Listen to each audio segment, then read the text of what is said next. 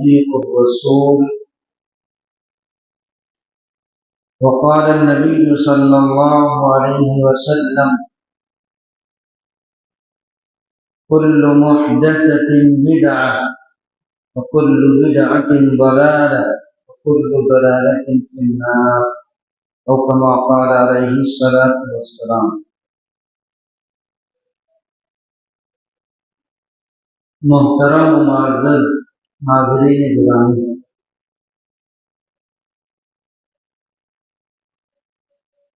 دو تین دنوں کے بعد 15 شعبان شب برات کا موقع آئے گا۔ اس موقع پر ہم کو کیا کرنا چاہیے اور کیا نہیں کرنا چاہیے، شب برات سے متعلق کون سی چیزیں رسول اللہ صلی اللہ علیہ وسلم کی احادیث سے ثابت ہیں اور کیا چیزیں ہیں جو رسول اللہ صلی اللہ علیہ وسلم سے اور صحابہ سے ثابت نہیں ہیں، یہ ہمارے علم میں ہونا چاہیے۔ اس کو سمجھنے کے لیے ہم کو یہ سمجھنا ہوگا کہ سنت کسے کہتے ہیں اور بدعت کسے کہتے ہیں۔ سنت کے مقابل بدعت ہوتی ہے۔ سنت کیا ہے اور بدعت کیا ہے، دونوں کی تعریف کیا ہے، دونوں کا مطلب کیا ہے۔ جب ہم کو سنت اور بدعت کا مطلب پتہ ہوگا تو ہم خود ہی فیصلہ کر سکتے ہیں کہ شب برات پر کون سی چیزیں کرنے کی ہے، کون سی چیزیں نہیں کرنے کی۔ سنت کا مطلب ہوتا ہے ما واظب علیہ النبی صلی اللہ علیہ وسلم معذر یا احیانا، وہ کام جس کو رسول اللہ صلی اللہ علیہ وسلم نے مداومت کے ساتھ کیا ہو، یعنی ہمیشہ کیا۔ اللہ کے رسول صلی اللہ علیہ وسلم کا وہ عمل جو آپ نے ہمیشہ کیا ہو، جس پر آپ نے مواظبت کی ہو، مداومت کی۔ معطل کیا احیانا، کبھی کبھار چھوڑ دیا، یعنی عام طور سے اس کام کے کرنے کا معمول ہو، کبھی کبھار چھوڑ دیا، اس کو سنت کہا جاتا ہے۔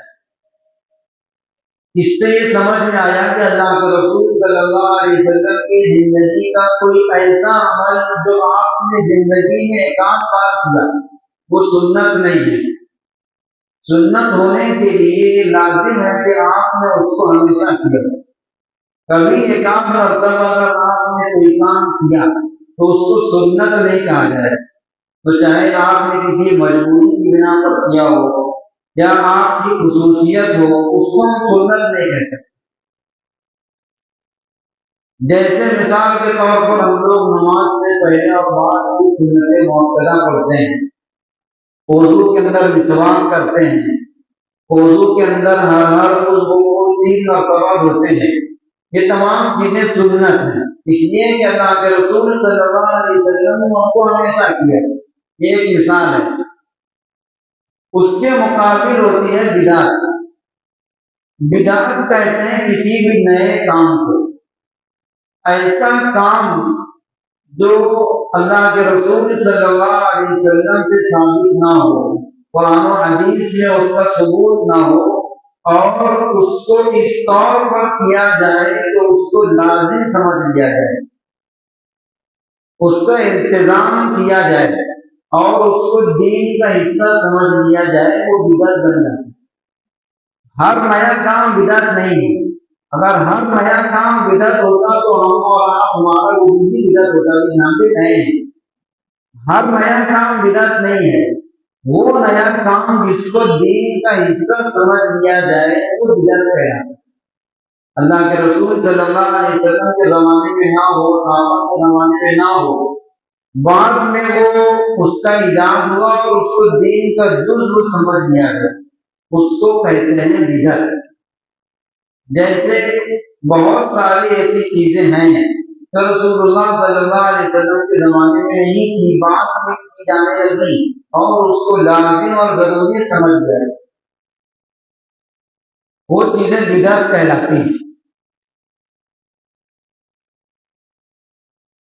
جس چیز کو شریعت نے کرنے کا حکم تو دیا ہو لیکن وہ لازم نہ ہو، جس کو ہم لوگ نفل کہتے ہیں یا مستحب کہتے ہیں، اس کو بھی اگر التزام کے ساتھ کیا جائے تو وہ بھی بدعت بن جاتا ہے۔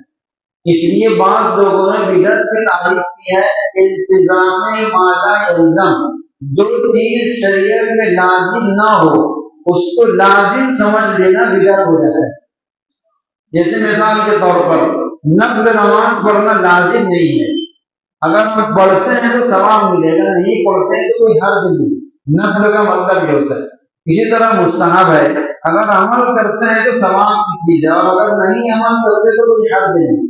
اب اگر ہم اس کو اس طرح لازم کر لیں، اس طرح فرض کا درجہ ہوتا ہے تو وہ بدعت بن جائے۔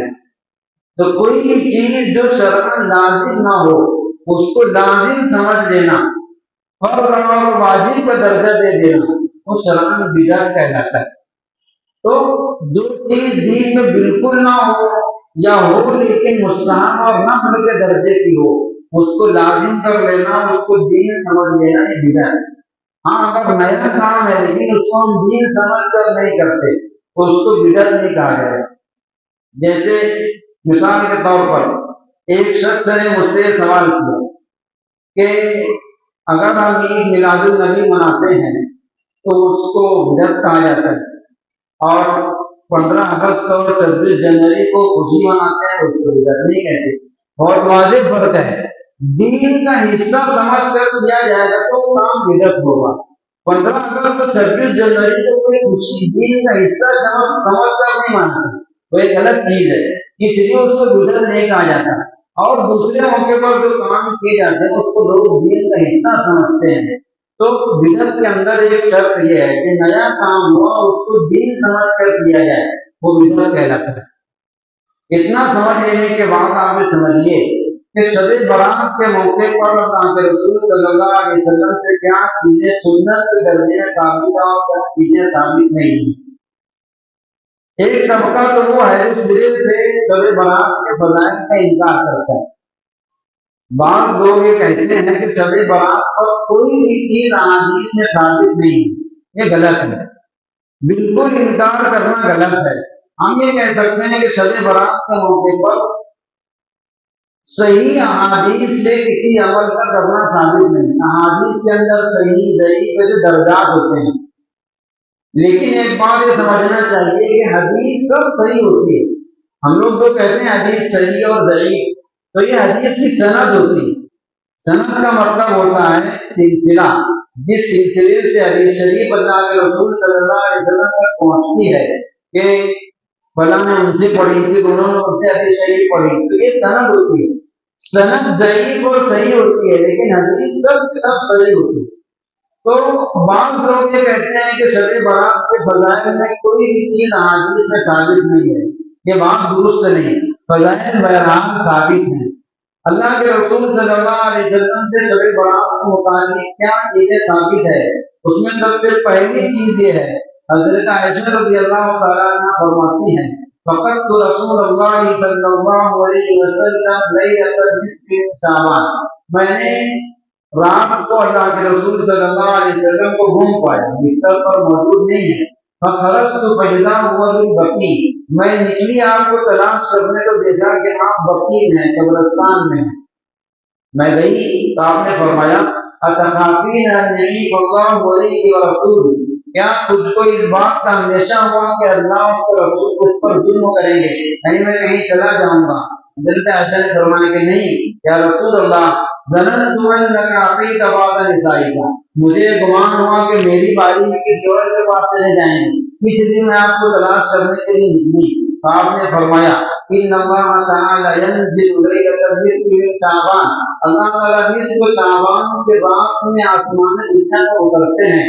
وَيَكْفِرُ أَكْثَرَ عَدَدٍ مِّن شَعْرِ غَنَمِ كَلْبٍ، اور قبیلہ کلب کی بکریوں کے بال کی تعداد سے زیادہ لوگوں کی مغفرت کرتے ہیں۔ رواه ترمذی، یہ روایت ترمذی شریف میں ہے، ثابت ہے کہ اللہ رب العزت اس رات میں بہت کثیر تعداد میں لوگوں کی مغفرت فرماتے ہیں۔ حضرت علی رضی اللہ تعالیٰ عنہ کی روایت ہے فرماتے ہیں کہ اللہ کے رسول صلی اللہ علیہ وسلم نے ارشاد فرمایا کہ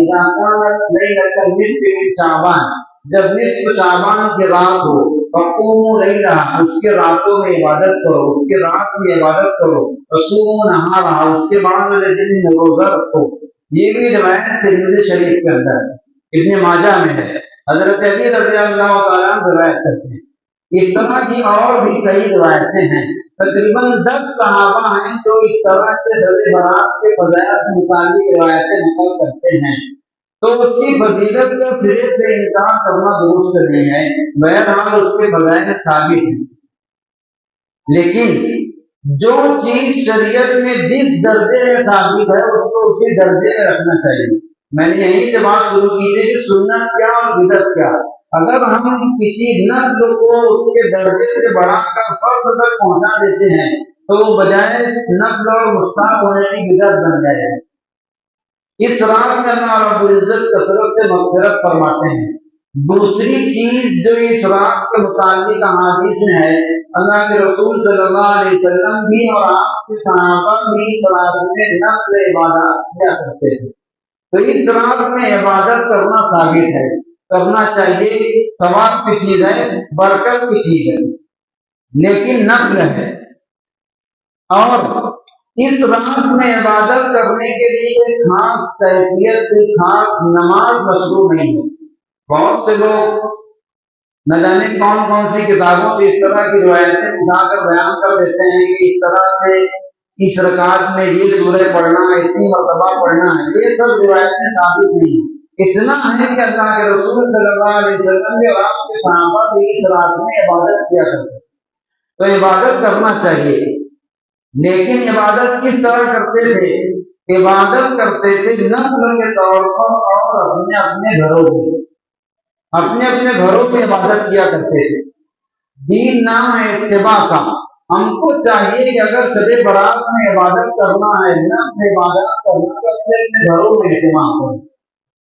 مساجد کے اندر اکٹھا ہو کر کے شب برات میں عبادت کرنا اللہ کے رسول صلی اللہ علیہ وسلم سے، صحابہ سے، اس کے بعد حکام اور کسی سے ثابت نہیں، یہ بعد میں اجتماع ہونے لگا ہے۔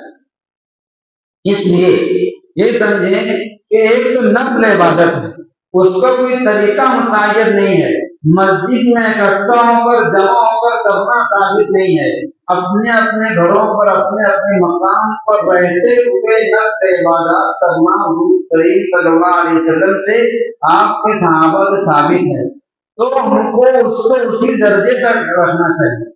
اگر ہم اس کو اتنا زیادہ اہتمام اور اتنا زیادہ انتظام کر دیں کہ بعض وہ لوگ جو دن میں فرائض کا بھی اہتمام نہیں کرتے اور رات میں نوافل پڑھتے ہیں، اب آپ بتائیے فرض کا درجہ زیادہ ہے یا نفل کا درجہ زیادہ ہے؟ شریعت نے ہر چیز کے درجے متعین کیے ہیں، فرض ہے، واجب ہے، سنت مؤکدہ ہے، غیر مؤکدہ ہے، مستحب ہے، نفل ہے، ایسے درجے ہیں، تو فرض کے مراتب کا لحاظ کرنا چاہیے۔ پہلے فرائض کا اہتمام ہو، اس کے بعد اگر موقع ملے تو نوافل کی کثرت۔ اس طرح نہ ہو کہ ہم فرائض کو ترک کر دیں اور نوافل کا کثرت سے اہتمام ہو۔ انسان کو پہلے وہ کام کرنا چاہیے جس کے بارے میں اللہ رب العزت سوال کریں گے، یہ بہت کام کی چیز ہے۔ آدمی کو ہمیشہ پہلے وہ کام کرنا چاہیے جس کے بارے میں اللہ سوال کریں گے۔ اب آپ بتائیے سوال فرض کے بارے میں ہوگا یا نفل کے بارے میں ہوگا؟ سوال فرض نمازوں سے متعلق ہوگا، نفل ہم لوگ پڑھیں تو ہمارے درجات بلند ہوں گے، نہیں پڑھے تو کوئی حرج نہیں ہے۔ تو اس لیے پہلے فرائض کا اہتمام کریں، نوافل کا اہتمام اپنے اپنے گھروں میں رہتے ہوئے ہے، مساجد میں اکٹھا ہو کر جمع ہو کر کے کرنا ثابت نہیں ہے۔ تحقیقی شریف فقہ حنفی کی مشہور کتاب ہے، اس کتاب کی عبارت ہے کہ ندب قیام لیلۃ من نصف شعبان، نصف شعبان کی رات کو عبادت کرنا، رات کو زندہ کرنا مستحب ہے۔ وَيُكْرَهُ الْاجْتِمَاعُ عَلَىٰ إِحْيَاءِ لَيْلَةٍ مِّنْ هَٰذِهِ اللَّيَالِي، ان راتوں میں سے، مطلب جو جاگنے والی راتیں ہیں، ان میں سے کسی بھی رات میں اکٹھا ہو کر مسجد میں یا کسی اور جگہ پر عبادت کرنا مکروہ ہے، لِأَنَّهُ لَمْ يَفْعَلْهُ صلی اللہ علیہ وسلم وَلَا أَصْحَابُهُ، اس لیے کہ اکٹھا ہو کر کے عبادت نہ کبھی آپ نے کی نہ آپ کے صحابہ نے کی۔ تو اس لیے نوافل کا اہتمام اپنے اپنے گھروں میں کرنا چاہیے۔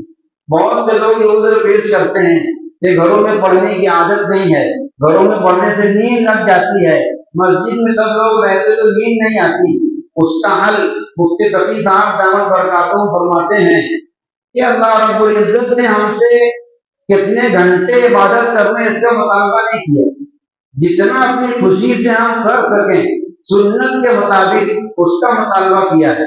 اگر ہم گھر میں 5-10 منٹ عبادت کرتے ہیں وہ سنت کے مطابق ہوگی، نجات کا ذریعہ ہوگی، اور اگر غیر مشروع طریقے پر سنت کے خلاف رات بھر بھی کرتے ہیں تو اس کا کوئی فائدہ نہیں ہوگا۔ تو ہم یہ دیکھیں کہ دین کا اتباع کس میں ہے، حضور کا اتباع کس چیز میں ہے کہ آپ نے اس موقع پر اپنے گھر میں عبادت کی ہے، میں بھی گھر میں کروں گا چاہے 10 منٹ کر کے سو جاؤں۔ تو دین اپنی خواہش کے مطابق کرنے کا نام نہیں ہے، دین اتباع کا نام ہے۔ حضور صلی اللہ علیہ وسلم کی اتباع جس چیز میں ہوگی وہ دین ہوگا۔ نوافل اس رات کے علاوہ اور بھی ہمیشہ گھروں کے اندر پڑھنا ہی افضل ہے۔ فقہاء کا اس بات پر اجماع ہے۔ پہلے تو اس طرح تھا کہ مسجد میں صرف فرائض ادا کی جاتی تھی، سنتیں بھی گھروں کے اندر پڑھتے تھے، لیکن جب یہ دیکھا گیا، فقہاء نے دیکھا کہ لوگ گھروں میں جا کر سنت ترک کر دیتے ہیں تو مسجد میں پڑھنے کے لیے کہا، لیکن نوافل بہرحال گھروں کے اندر پڑھنا افضل ہے۔ اس لیے اس رات میں اگر نوافل کا بھی اہتمام کرتے ہیں تو اس کا طریقہ یہ ہے کہ گھروں کے اندر ادا کی جائیں، مساجد میں اکٹھا ہو کر کے جمع ہو کر کے کرنا اللہ کے رسول صلی اللہ علیہ وسلم کی سنت میں نہیں ہے۔ تیسری چیز جو اس رات میں ثابت ہے اور وہ کس درجے میں ہے، اللہ کے رسول صلی اللہ علیہ وسلم سے پوری حیات تجربہ میں قبرستان جانا ایک مرتبہ ثابت ہے۔ اس رات میں ہم لوگ قبرستان جانے کا اہتمام کرتے ہیں۔ کیا یہ عمل سنت ہے؟ میں نے شروع میں بتایا سنت کہتے ہیں وہ عمل جس کو رسول اللہ صلی اللہ علیہ وسلم نے ہمیشہ کیا ہو، وہ آپ کا معمول رہا ہو، اس کو ہم سنت کہیں گے۔ اللہ کے رسول صلی اللہ علیہ وسلم کی زندگی کا ایک مرتبہ کا عمل اس کو سنت نہیں کہا جائے۔ سنت کی تعریف یہ ہے ماواد علیہ نبی صلی اللہ علیہ وسلم، وہ کام جس کو رسول اللہ صلی اللہ علیہ وسلم نے مداومت کے ساتھ کیا ہو، ہمیشہ کیا۔ شب برات میں قبرستان جانا اللہ کے رسول صلی اللہ علیہ وسلم سے ایک مرتبہ ثابت۔ مفتی شفیع صاحب رحمۃ اللہ علیہ فرماتے ہیں اگر کسی کو اللہ کے رسول صلی اللہ علیہ وسلم کے اس عمل پر عمل کرنے کا شوق ہو، زندگی میں ایک مرتبہ کر لے کافی ہے، زندگی میں ایک مرتبہ کر لیا تو کافی ہے۔ ہمارے شہر کا اور ہمارے معاشرے کا حال یہ ہے کہ اس کو لازم اور ضروری کا درجہ دے دیا ہے کہ اگر اس رات قبرستان روک نہیں کیے تو شب برات ہوئی ہی نہیں۔ ایسا نہیں ہے، تو وہ کام کرنا چاہیے جو حضور کریم صلی اللہ علیہ وسلم سے ثابت ہو، اس درجے میں کرنا چاہیے جس درجے میں ثابت ہو، وہ نہ سنت ہے اور نہ مستحب ہے۔ اس لیے اس رات میں قبرستان جانے کا بہت زیادہ اہتمام کرنا یہ بھی درست نہیں ہے۔ اسی طریقے سے دوسرے دن میں روزہ رکھنا وہ بھی سنت نہیں ہے، اس کو بہت سے بہت مستحب یا نفل کا درجہ دے سکتے ہیں۔ سنت میں نے کہا جو اللہ کے رسول صلی اللہ علیہ وسلم سے ہمیشہ کا معمول ہو۔ کسی بھی حدیث سے صحیح یا ضعیف یہ ثابت نہیں ہے کہ اللہ کے رسول صلی اللہ علیہ وسلم نے باقاعدہ 15 شعبان کو روزہ رکھنے کا اہتمام کیا ہو۔ اس کے علاوہ آپ شعبان میں مکمل مہینے میں کثرت سے روزہ رکھا کرتے تھے، ہم بھی کثرت سے روزہ رکھیں، وہ ایک الگ سنت ہے، لیکن اسی دن 15 شعبان کو اہتمام سے پابندی سے روزہ رکھنا اللہ کے رسول صلی اللہ علیہ وسلم کی احادیث سے ثابت نہیں ہے، تو اس کو ہم سنت نہیں کہہ سکتے، نفل اور مستحب کہہ سکتے ہیں۔ اور روزہ رکھے بھی تو اس کو مستحب اور نفل کی حیثیت ہی رکھنا چاہیے۔ اتنی چیزیں، رات میں مغفرت کا ہونا، نوافل کا اپنے اپنے گھروں پر اہتمام سے کرنا، اور کبھی زندگی میں 1 مرتبہ توفیق ہو تو قبرستان چلے جانا، اور دوسرے دن میں مستحب یا نفل کی حیثیت سے روزہ رکھ دینا اللہ کے رسول صلی اللہ علیہ وسلم سے ثابت ہے۔ اس کے علاوہ جتنی اور چیزیں ہم لوگ کرتے ہیں، دیکھتے چلے آئے ہیں، وہ سب ثابت نہیں ہے۔ وہ سب بدعت ہیں. اور یہ چیزیں بھی اگر ہم بہت زیادہ اہتمام سے لازم سمجھ کر کرتے ہیں تو وہ بھی بدعت کے زمرے میں چلی جاتی ہے. اس لیے ہمارے لیے کرنے کا کام یہ ہے کہ ہم پہلے تحقیق کریں سنت کیا ہے، نقل کیا ہے، اور کیا چیزیں کرنے سے وہ بدعت بن جائے گی، اس کے بعد عمل کریں. شب برات کے موقع پر راتوں میں جاگ کر کے اللہ رب العزت کی عبادت کریں، مغفرت مانگے. مغفرت کی جاتی ہے. بہت سے لوگ یہ سوچ کر بھی راتوں میں عبادت کرتے ہیں مغفرت کی رات ہے، مغفرت ہو جائے گی. پہلے بھی یہیں پر میں نے یہ بات واضح کی تھی کہ اس طرح سے جہاں پر بھی مغفرت کا وعدہ ہوتا ہے تو مغفرت سے مراد کلی مغفرت نہیں ہو جاتی. آدمی نے شروع سے لے کر کے آخر تک جتنے بھی گناہ کیے ہیں، جس طرح کے بھی گناہ کیے ہیں، سب کے سب معاف ہو گئے، ایسا نہیں ہوتا. ان چیزوں سے نوافل کی کثرت سے، اس طرح کی راتوں کو جاگنے سے جو اللہ رب العزت کی طرف سے مغفرت کا وعدہ ہے وہ صرف ان گناہوں سے متعلق ہے جن کا تعلق اللہ رب العزت سے ہے. وہ گناہ اللہ تعالیٰ معاف کریں گے. جن گناہوں کا تعلق تمہارے بندوں سے ہے، تمہارے آپسی حقوق سے ہے، کسی کا قرض نہیں ادا کیا ہے، کسی کا مال کھا لیا ہے، بھائی بہنوں کا حق ادا نہیں کیا ہے، پڑوسیوں کو تکلیف پہنچائی ہے، دوسرے تم سے پریشان ہیں، وہ گناہ معاف نہیں ہوتے. یہ ہماری غلط فہمی ہے کہ ہم نے فلاں عمل کر دیا تو کلی مغفرت ہو گئی، فلاں نماز پڑھ لی تو سب گناہ معاف ہو گئے. ایسا نہیں ہوتا. یہ جو گناہ میں نے گنائے جن کا تعلق حقوق و لباس سے ہے، یہ گناہ ایسے ہیں کہ جو توبہ سے، حج کرنے سے، عمرہ کرنے سے، حتیٰ کے بعد محدثین نے فرمایا جو مالی حقوق ہیں، کسی کا مالی حق باقی ہے تو وہ اسلام لانے سے بھی معاف نہیں ہوتا. میں نے کہا بعض محدثین کا قول ہے، حدیث شریف ہے کہ اسلام لانے سے الاسلام یحجب ما کان قبلہ، اسلام لائے تو اس سے پہلے کے تمام گناہ دھل جاتے ہیں. بعض محدثین فرماتے ہیں اگر مالی حق ہے تو اسلام لانے سے بھی معاف نہیں ہوتا. تو ان نوافل عبادات سے حقوق کیسے معاف ہوں گے جو ہم نے لوگوں کو حقوق ادا نہیں کیے ہیں. اس لیے مغفرت بہرحال ہوتی ہے لیکن ان گناہوں کی ہوتی ہے جن کا تعلق اللہ رب العزت سے ہے. اس لیے سنت اور بدعت کو سمجھ کر کے ان راتوں کا اہتمام کریں، فضولیات سے بچیں. رات بھر فضول جاگنا کوئی عبادت نہیں ہے، بلکہ اگر ہم فضول جاگتے ہیں اور نماز ترک کر دیتے ہیں تو وہ جاگنا ہمارے لیے باعث وبال ہے. اللہ تعالیٰ عمل کی توفیق عطا فرمائے. وآخر دعوانا الحمد للہ رب العالمین.